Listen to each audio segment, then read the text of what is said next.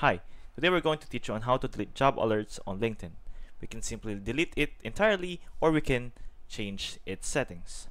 On the LinkedIn app, simply press jobs at the bottom right of the screen. And after that, we're going to preferences at the middle.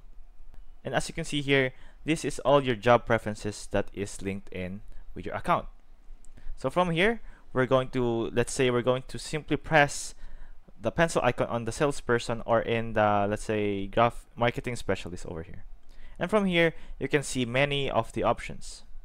We can either simply press delete job alert to delete it entirely, or we can change its frequency or its type.